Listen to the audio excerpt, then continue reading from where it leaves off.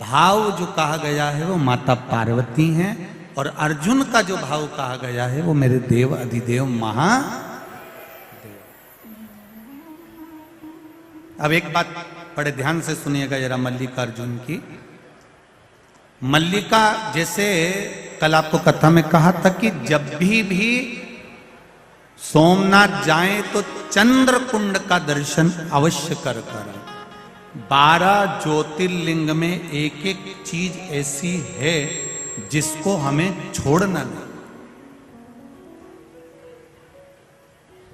कभी भी जाए।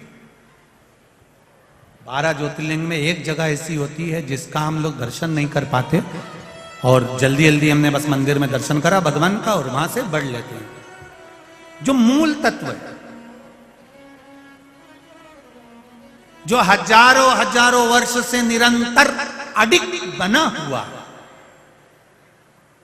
जैसे सोमनाथ जी का शिवलिंग कितनी बार आक्रमण करा गया, कितनी बार 17 बार आक्रमण कर कर तोड़ दिया गया, फिर वापिस शिवलिंग वहां पर विराजमान किया गया। परंतु शिवलिंग बार बार गया आया, पर वो जो चंद्र कुंड था, वो चंद्र कुंड आज भी जो पहले से था वो नहीं हट पाया, वो वहीं पर है, वहीं नहीं। उसी तरह 12 ज्योतिर्लिंग में एक एक स्थान एक ऐसा आता है जहां पर वो हजारों वर्ष से एक जैसा टिका हुआ, अड़िग एक जैसा। एक बार भगवान शिव जी से माता पार्वती जी ने गणेश और कार्तिकेय का संवाद सुन लिया। कार्तिकेय और गणेश जी दोनों बैठे हुए थे।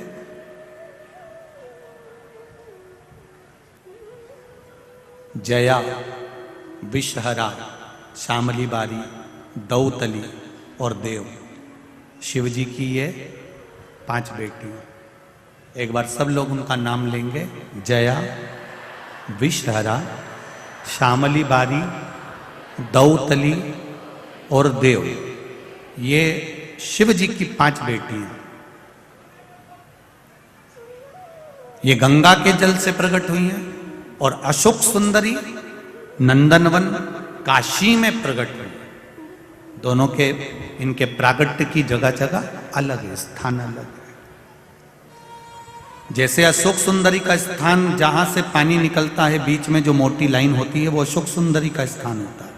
उसी तरह ऊपर से जो जल जलाधारी में से बूंद बूंद नीचे गिरता है, वो जलाधारी का महत्व है। जया, विषहरा, श्यामली बारी, दौतली और देव, ये शिव जी की 5 बेटियां जैसे शंकर भगवान के साथ गंगा जी के जल में अटखेलियां कर रही थी, उनके भाव से ये जल शिव जी को समर्पित होता।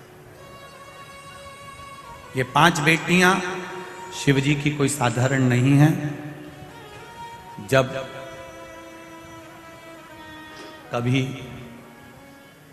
कोई प्रशासनिक बात सामने आती है कि साहब बहू ने अदालत में केस लगा दिया, या उसने केस लगा दिया, या उसने कुछ कह दिया, उस जगह पर इन 5 बेटियों की जरूरत पड़ती है।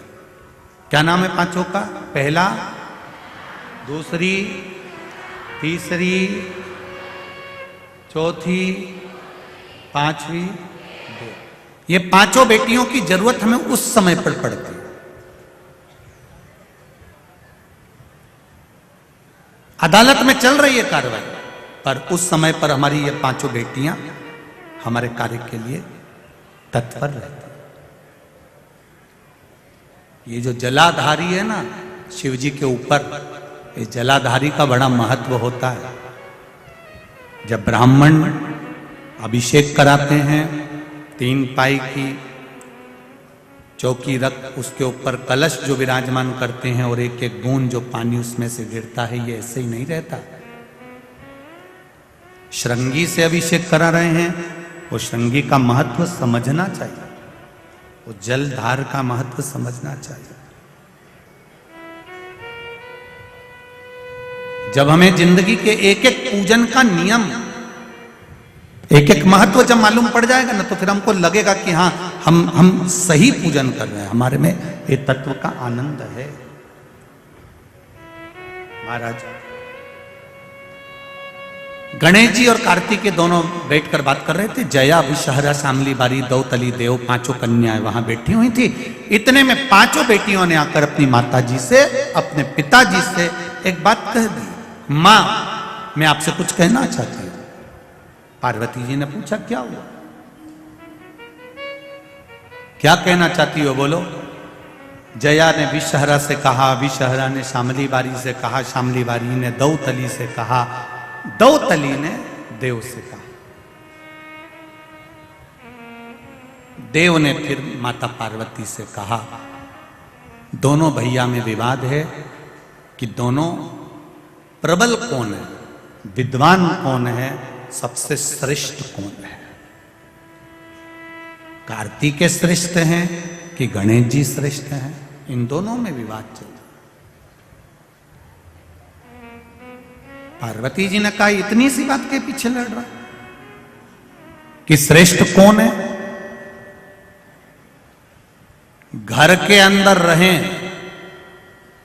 देवरानी और जेठानी के मन में कभी यह बात सामने नहीं आना चाहिए कि जेठानी श्रेष्ठ है कि देवरानी श्रेष्ठ है। और मेरा सासुओं से हाथ जोड़ के निवेदन है, अपनी जिंदगी में तुम किसी को भी धन दे देना मना नहीं है, पर अपने मुंह से कभी मत कहना कि बड़ी अच्छी है कि छोटी अच्छी है।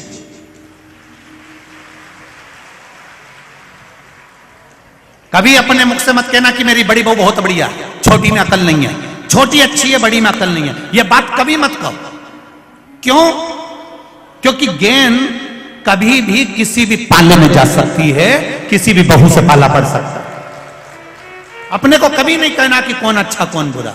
अपन तो 2 रोटी चकाचक खाओ, आनंद से अपनी जिंदगी जियो, दोपहर में 2 बजे टीवी खोल के बैठ जाओ, शिव महापुराण की कथा सुनो, शाम हो जाए शिव मंदिर का भजन करो, कीर्तन करो, अपना जीवन बड़ी मस्ती में जियो। जितना भगवान ने ये जीवन दिया है इसको ऐसे गंवाना नहीं है, बड़ी आनंदता से जीना है। नहीं पड़ना अपने को ज्यादा चक्कर में, हमारी बड़ी बहू अच्छी, मेरी छोटी बहू अच्छी। ये भेद जब तुम्हारे भीतर आ जाएगा तो बहुओं के हृदय में भी ये भेद आ जाएगा, और बहुओं के भीतर अगर ये भेद आया तो जीवन नरक कर देगा। अपने को नहीं कहना, अपने को कभी बुराई नहीं करना साहब कि ये बुरा है, इसने ऐसा कर दिया, उसने वैसा कर दिया, उसने ये कर दिया, उसने वो कर दिया। नहीं बोलना अपने को। बोल के क्यों अपन अपना मुख खराब करो। बुरा करने वाला को दिखता है लोगों को कि क्या बुरा हुआ है और क्या अच्छा हुआ। अपने को नहीं बोलना, अपने को तो एक बात कहना है, सर्वे भवन्तु सुखिनः। सब अच्छा हो रहा है, मेरा भोलेनाथ करा रहा है, भोलेनाथ संभाल रहा है, मेरी बहुएं भी अच्छी हैं, बेटे भी अच्छे हैं, किसी में भेद नहीं है। हम अगर भेद देखेंगे तो भेद अपनी दृष्टि में है, भेद अपनी दृष्टि में। अगर हम भेद देखेंगे तो भेद हमारी दृष्टि में मिलेगा, और आप उस भेद को ना देखें। महाराज शिव महापुराण की कथा कह रही है, भगवान शंकर का पावन चरित्र कह रहा है, शिव तत्व कह रहा है। पार्वती मैया ने दोनों के पास जाकर कहा, कार्तिकेय गणेश दोनों मेरे पास में आओ। दोनों को बिठाया। क्या बात है? गणेश जी कहते हैं मैं बड़ा, कार्तिक कहते हैं मैं बड़ा। पार्वती जी ने शिव जी से किलवा दिया, जो पृथ्वी की पहले परिक्रमा कर कर आएगा वो प्रथम पूछा जाएगा। सदानंद कार्तिकेय मोर पर बैठकर चले गए और गणेश जी महाराज चूहे पर बैठ गए, और माता पार्वती और शंकर जी को एक जगह बिठा दिया। उनकी परिक्रमा गणेश जी महाराज ने की। उन्होंने परिक्रमा कर दी। अब गणेश जी ने ये परिक्रमा कर दी और सदानंद कार्तिक के परिक्रमा करने के लिए गए। अब लोगों ने, तुम लोगों ने बहुत अच्छे से ताली भी बजा दी कि साहब गणेश जी ने माता पिता की परिक्रमा करी, और ये गणेश जी ने परिक्रमा करी तो उनके लिए तुमने ताली बजाई। बजाई ना? बोलो तो सही। हाँ ठीक है, मना नहीं है। थोड़ा माइक बंद करवा दो, थोड़ी सी देर, आधा घंटा बाद चालू करवा। अब समझना जरा, फिर समझ लीजिएगा महाराज जी। गणेश जी महाराज ने माता पिता की परिक्रमा करी, वो प्रथम गिनती में आए क्योंकि उन्हें बुद्धि का परिचय दिया। सदानंद कार्तिकेय ने अपने माता पिता का कहना माना, परिक्रमा करने चले गए। गलत किया क्या सदानंद कार्तिकेय ने? जरा जम के बोलो। नहीं। फिर वही वाली बात आ गई, एक बहू ने पूरी चाय बना के रखी है और दूसरी आई और वो ट्रे रख के चली गई और तुमने ताली बजा दी। अब देखो जरा, समझ, शिव पुराण का एक एक शब्द समझ में आना चाहिए आपको जिंदगी में, तो समझो कि शिव पुराण का आनंद मिला। उन्हें बुद्धि का परिचय दिया और उन्होंने अपने पिता के शब्द का परिचय दिया। गलत नहीं किया। शंकर भगवान खुश हो गए, प्रसन्न। उन्होंने कह दिया प्रथम गिनती में गणेश जी पूछे जाएंगे, प्रथम गिनती में गणेश जी पूछे जाएंगे। एक क्षण की देरी नहीं करी उन्होंने, उसी समय पर शंकर भगवान ने डमरू खड़काया, प्रजापति विश्वरूप जी को बुलाया, मेरे गणेश का विवाह होना चाहिए। पार्वती जी ने रोका, शिव जी थोड़ा सा रुकिए। शंकर भगवान अति उत्साह में रहे, छोटे बेटे के प्रति प्रेम अधिक रहा, उन्होंने देरी नहीं करी। मां जगत जननी की बात नहीं सुनी। प्रजापति विश्वरूप जी की कन्या को बुलाकर गणेश जी का विवाह कर दिया। विवाह हो गया। आनंद कार्तिकेय पृथ्वी की परिक्रमा करने गए हुए हैं, गणेश जी का विवाह हो गया। रिद्धि बुद्धि रिद्धि सिद्धि घर में आ गई। रिद्धि सिद्धि के भी घर में एक एक बेटे ने जन्म ले लिया, शुभ लाभ पैदा हो गए, जन्म ले लिया, दादाजी बन गए। ये अति खुश हैं, पर इस खुशी में पार्वती जी को कोई खुशी नहीं है। बहुत ध्यान देना शिव महापुराण के संवाद पर।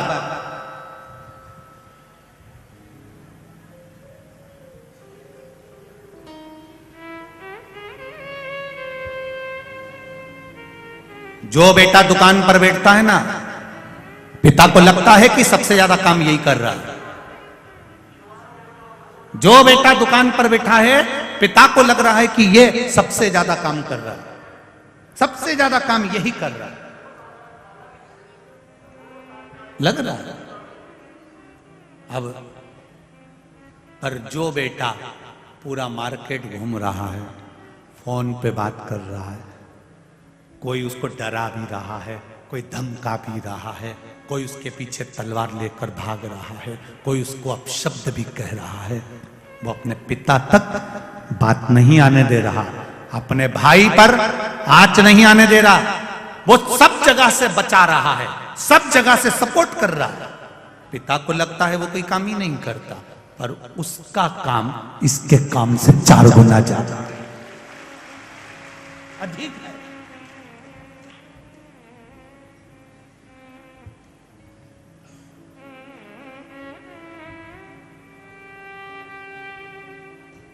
इससे अधिक है, वो अधिक है।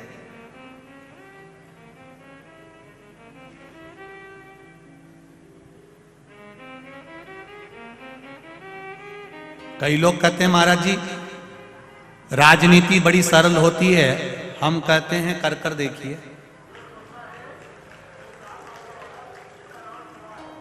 किसी के घर में और किसी के दिल में घुसने के लिए दम चाहिए।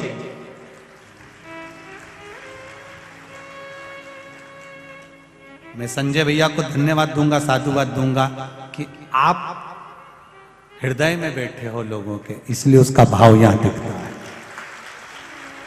दिल चाहिए, सहजता कोई नहीं।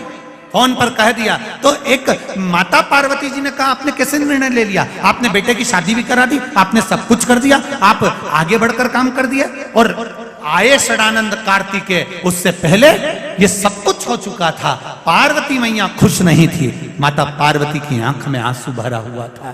केवल एक माँ संसार में ऐसी होती है जो अपने बच्चों को कभी भेद रखकर दूध नहीं पिलाती है कि मैंने बड़े को ज्यादा पिलाऊंगी, छोटे को कम पिलाऊंगी। मां कभी भेद नहीं रखती कि मैं बड़े को ज्यादा दूध पिलाऊंगी, छोटे को नहीं पिलाऊंगी, छोटे को पिलाऊंगी तो बड़े को नहीं पिलाऊंगी। बराबर का एजुकेशन मां देती है, बराबर के कपड़े पहनाती है, बराबर का श्रृंगार करती है, बराबर का आनंद कराती है। और बच्चा छोटा होता है, मां उसकी आंखों में कजरा भी लगाती है और उसकी राई नोन लेकर नजर भी उतार देती है।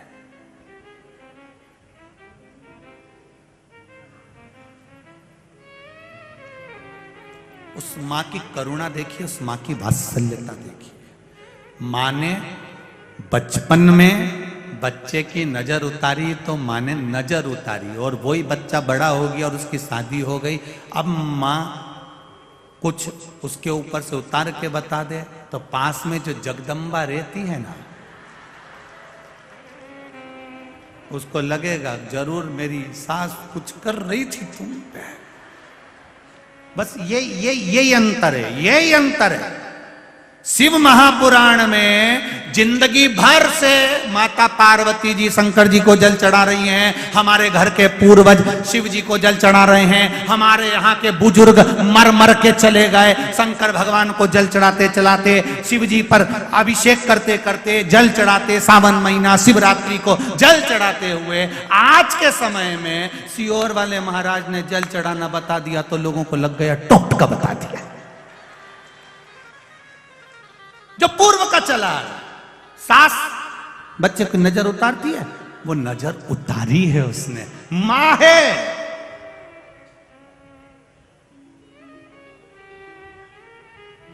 और वही नजर आज बहू आने के बाद अगर सास उतार दे तो उसकी निगाह में लग जाएगा इसने कुछ गलत करा होगा। गलत देखने वाले को गलत दिखता है।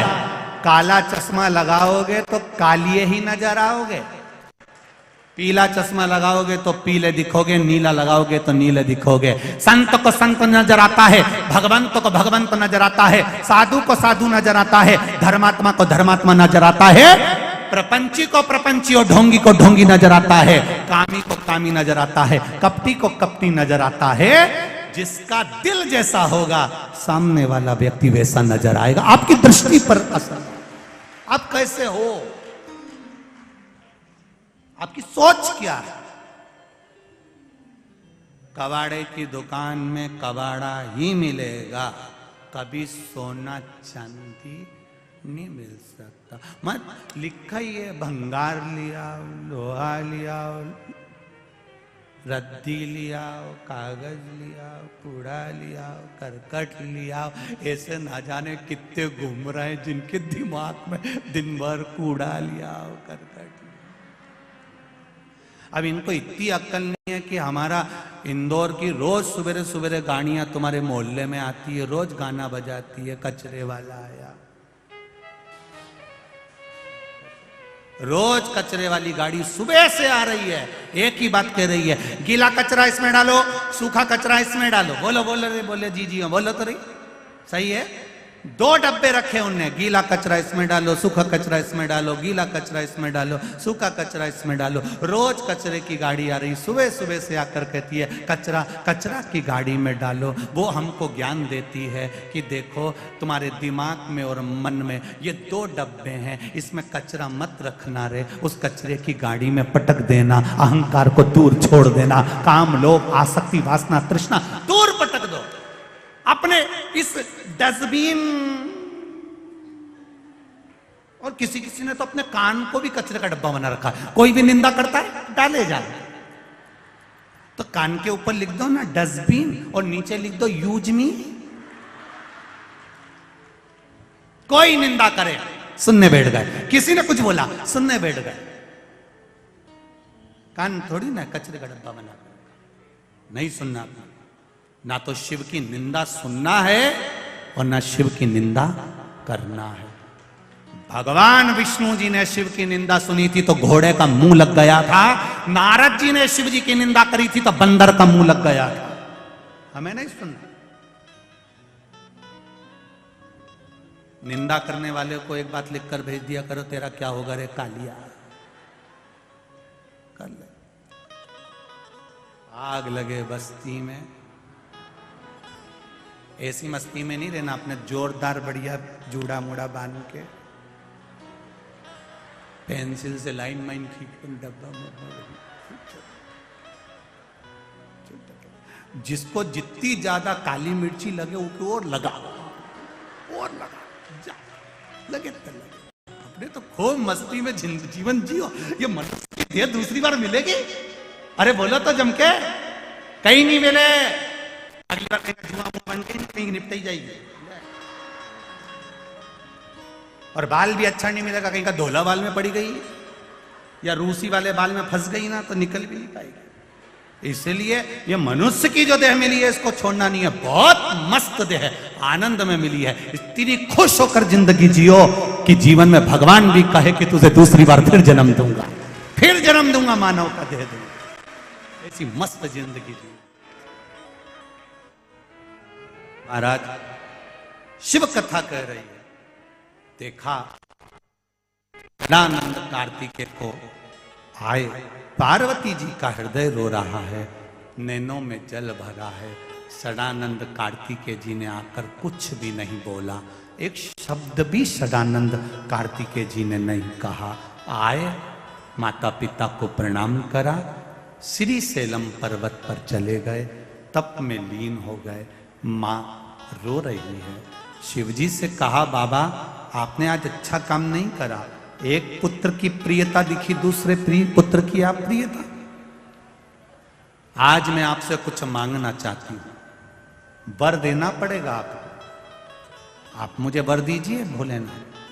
शिवजी ने कहा पार्वती तुम्हें क्या वर चाहिए बताओ, क्या वर दिया जाए बोलो पार्वती। पार्वती जी कहती हैं मुझे वर दो भोलेनाथ, गणेश जी ने तुम्हारी परिक्रमा करी और तुमने उसको उठाया, सब कुछ दे दिया, उठाया सब कुछ दे दिया, मेरा निवेदन स्वीकार करो। गणेश जी ने परिक्रमा करी, आपने उठाया, सब कुछ दे दिया। आज ये पार्वती आपसे वर मांगती है, आज के बाद आपकी कभी परिक्रमा नहीं हो, कभी परिक्रमा नहीं। आज ये पार्वती आपसे वर मांग रही है, आपकी कभी परिक्रमा नहीं होना चाहिए। शिव जी ने कहा पार्वती क्यों?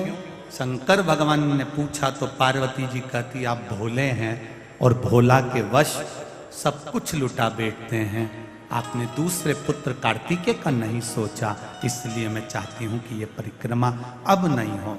सारे देवी देवताओं की परिक्रमा होती है, पर गणेश जी ने जो परिक्रमा करी उसके बाद में शंकर भगवान की परिक्रमा नहीं होती, शिव जी की परिक्रमा आदि होकर वापिस आ जाती है। यहां तक हमारा शिव महापुराण की कथा कहती है कि भगवान शंकर के मंदिर में जब आरती हो, आरती के बाद में आप लोग जब परिक्रमा करते हैं, वो परिक्रमा भी आदि कर कर शिव मंदिर की परिक्रमा के अंतर्गत आधा भाग शिव रसपति। महाराज सदानंद कार्तिकेय पहुंच गए श्रीशैलम, वहां बैठ गए, तप में लीन हो गए। देवऋषि नारद जी से कहा आप जाओ जरा पता कर कर आओ, मेरा पुत्र गया हुआ, मेरा बेटा गया। भगवान शंकर के कहने पर देवऋषि नारद ने जाकर श्रीशैलम पर कार्तिकेय जी को समझाया, पर वो आने को तैयार नहीं, वो नहीं आता, आना ही नहीं चाहता, मैं नहीं आऊंगा, नहीं पहुंचा। एक पत्थर का घाव और एक वाणी का घाव। पत्थर का घाव एक बार भरा जाता है, पर वाणी का घाव जिंदगी भर नहीं भराता, चाहे कितना भी अपन उसे भरने का प्रयास, बहुत कठिन है। इसलिए वाणी ऐसी बोलिए जो मन का आपा खोए, पर आज के जमाने में वाणी ऐसी बोलिए जो जम के झगड़ा, और उससे मत बोलिए जो तुमसे तगड़ा। वाणी प्रेम की बोलिए, मिठास की बोलिए, अच्छा बोलिए। आप जितना अच्छा बोल सकते हो आपकी जिंदगी में, वो आपके उन्नति की सीढ़ी पर आगे चढ़ाने का काम करेगी आपकी केवल वाणी, आपके केवल शब्द।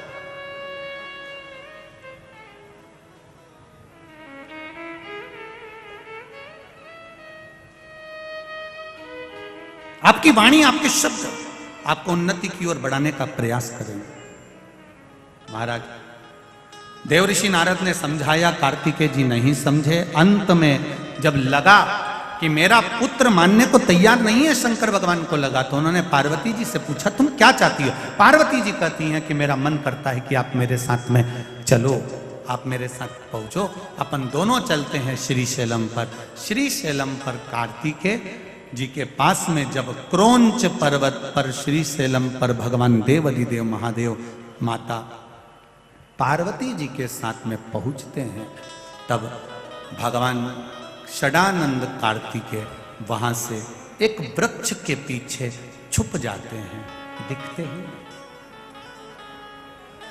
आज भी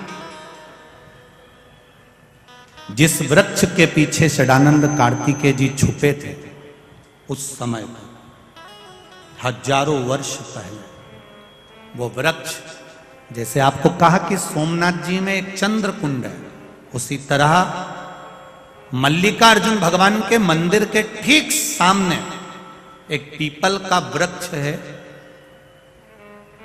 उसके साथ में दो वृक्ष लगे, एक छोकर का, एक पीपल का, दोनों भेले में मिले हुए। वहां ओटला बना हुआ है, जिस वृक्ष के पीछे भगवान श्री कार्तिकेय जी छुपे थे। जैसे सोमनाथ जी में चंद्रकुंड की महत्वता है, उसी तरह मल्लिकार्जुन में उस वृक्ष की मूलता है, जो वृक्ष हजारों वर्ष से वहां पर टिका हुआ।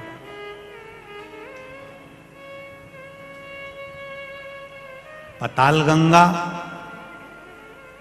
का दर्शन हमको केवल एक ही जगह पर होता है, आंध्र प्रदेश के मल्लिकार्जुन से 36 किलोमीटर की दूरी पर पाताल गंगा का दर्शन हो जाता है।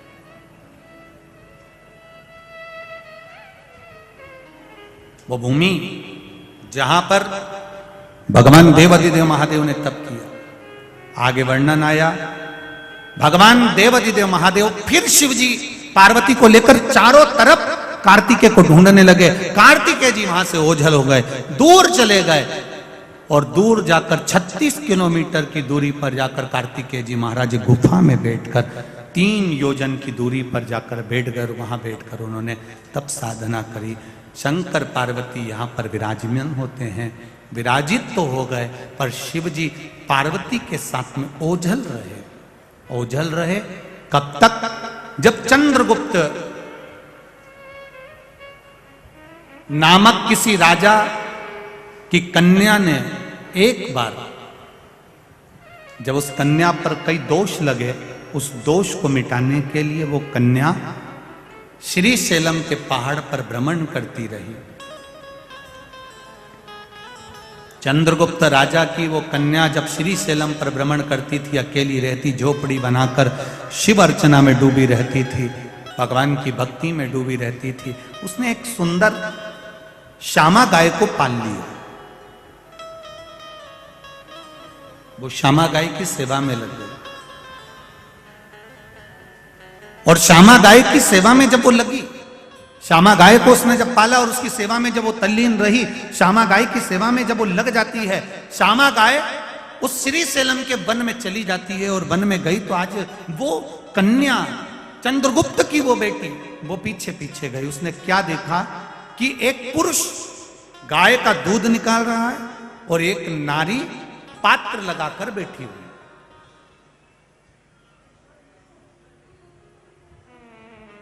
एक पुरुष दूध निकाल रहा है और नारी पात्र लगाकर बैठी हुई है। चंद्रगुप्त की, राजा चंद्रगुप्त की बेटी ने जब वो चरित्र देखा, देखकर उसको बड़ा आश्चर्य हुआ। बहुत दूरी थी, चंद्रगुप्त की बेटी दौड़ पड़ी, दौड़ी बेटी। और चंद्रगुप्त राजा की लड़की जब दौड़कर वहां पहुंची, वहां पहुंचकर क्या देखती है कि वहां पर ना तो कोई पुरुष है और ना कोई स्त्री है। गाय के नीचे एक शिवलिंग विराजमान है, उस शिवलिंग पर दूध अपने आप गिर रहा था। उस कन्या ने देखा, उस नारी ने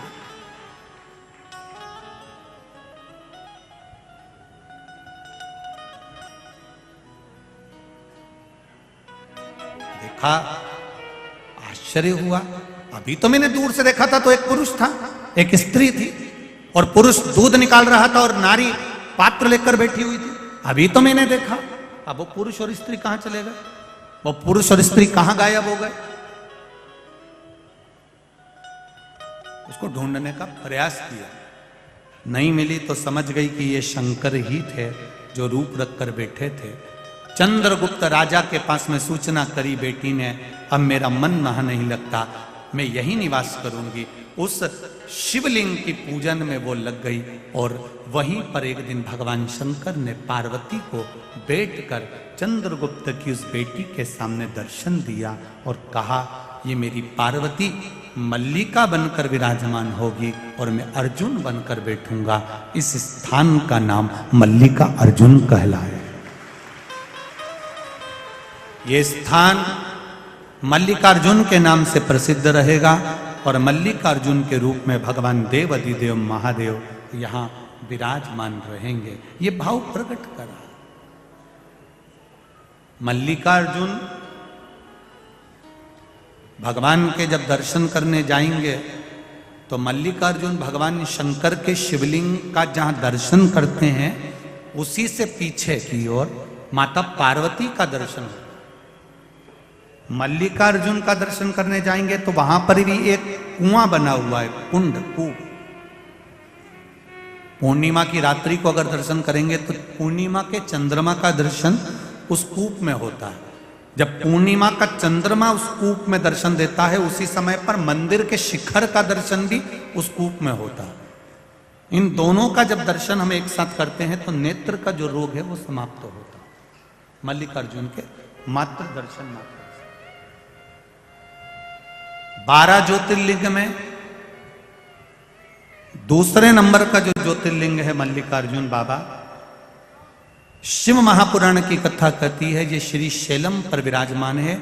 और इसी श्री शैलम के नजदीक में, जैसे आपसे कहा था कि सोमनाथ जी की पावन धरा के पास में ही भगवान कृष्ण ने अपने शरीर को त्यागा था। चरणों में बाण लगा था और भगवान ने अपना शरीर, तो यहां जो श्री शैलम की भूमि है, इसी भूमि के नजदीक में माता सती के शरीर के जब भगवान विष्णु ने टुकड़े करे थे, उस टुकड़े में से ग्रीवा भगवान माता सती की श्री शैलम से मात्र 2 योजन की दूरी पर ही माता की एक शक्तिपीठ है, जहां पर माता का ग्रीवा गिरा हुआ, आद्य शक्ति माता सती का ग्रीवा गिरा हुआ। यहीं पताल गंगा भी है। कभी आप लोग जाएं मल्लिकार्जुन तो 2 योजन की दूरी पर, 2 या 3 योजन की दूरी पर पताल गंगा है, जहां पर भगवान शिव के मंदिर पर जाने से पहले लोग बाग वहां स्नान कर कर जाते हैं कृष्णा नदी में। वहीं 1 योजन तो नीचे चलना पड़ता है, उसके बाद में लगभग 800 से 850 सीढ़ियां वहां बनी हुई है, जहां से लोग पैदल नीचे जाते हैं, फिर पताल गंगा में स्नान कर कर फिर ऊपर आकर फिर वापिस बाबा मल्लिकार्जुन का दर्शन करने के लिए जाते हैं। ऐसे देवाधिदेव महादेव मल्लिकार्जुन के रूप में विराजमान होते हैं। भगवान शिव की अविरल भक्ति का आनंद होता है। बोल मल्लिकार्जुन भगवान की जय। आगे वर्णन आता है दक्ष प्रजापति की जो माता सती